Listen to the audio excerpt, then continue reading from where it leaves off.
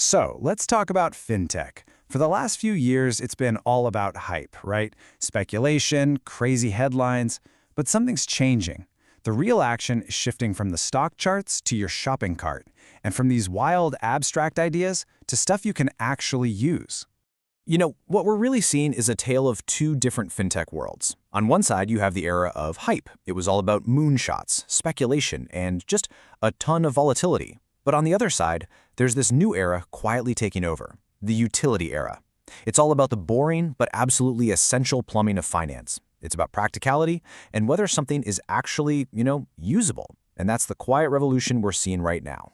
And this quote just nails the shift in energy, doesn't it? If 2025 was the year, everyone in the industry was kind of looking around asking, is this whole thing over? Well, 2026 came back with a totally different vibe. It's got a renewed practical purpose, and it's all about solving real problems for real people. Okay, so here's the bottom line. The really important stuff isn't making headlines. It's all happening behind the scenes in what you could call the financial plumbing. So we're going to look at three perfect examples that show what I mean. How money actually moves, how businesses get credit, and maybe most importantly, how people get paid. So let's start with our first case study, and it might surprise you. It's Walmart. Yeah, Walmart. They are quietly making cryptocurrency useful for buying everyday stuff. We're talking groceries. This is not about hype. It is all about function. So how does this even work? Well, it's actually incredibly simple. Say you're a customer and you have a crypto balance. You go to the checkout, you use Walmart's OnePay system, and boom, it instantly converts your crypto into US dollars and your pay. That's it.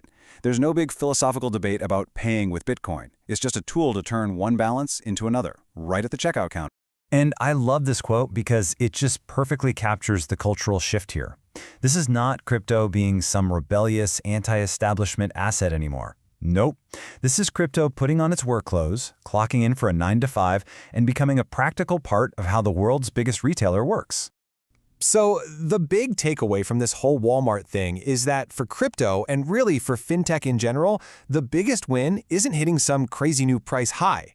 It's achieving real, actual usability for millions and millions of people. Okay, let's move on to our second area and see how this theme continues. Let's talk about credit. Experian is completely changing how lenders look at the health of small businesses. And let's be honest, small businesses are the engine of the economy. And the difference is just night and day. I mean, the old way of lending to a small business was based on these thin, outdated files. A lot of it was basically guesswork, just going on vibes.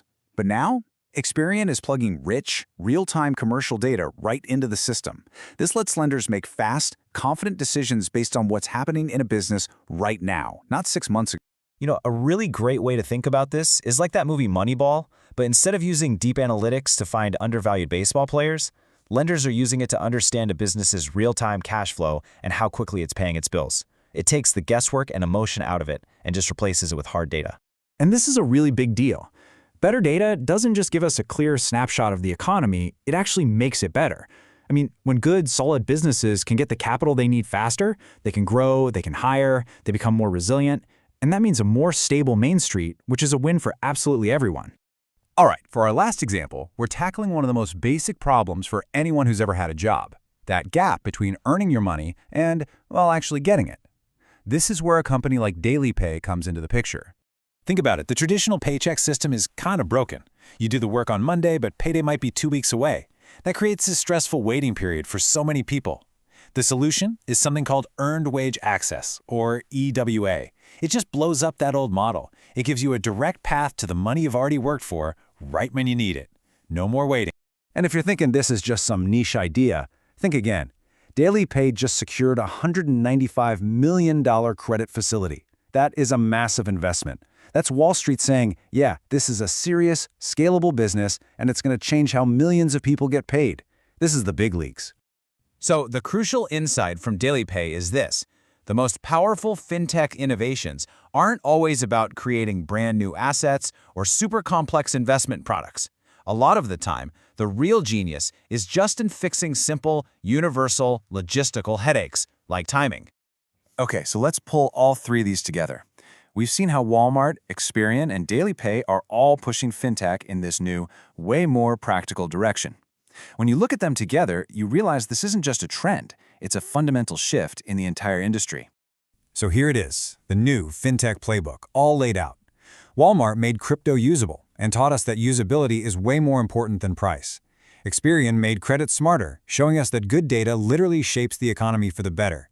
And DailyPay made paychecks faster, proving that sometimes the best fintech just fixes timing. It's a really clear pattern. Practicality is winning out over promises. So as we wrap this up, it leaves us with a pretty fascinating question to think about. If the new focus of fintech is fixing these basic problems, usability, data, and timing, what other everyday financial headache is next on the list? It really feels like the future of finance is going to look less like a casino and a whole lot more like a really, really well-oiled machine. Thanks for joining this explainer.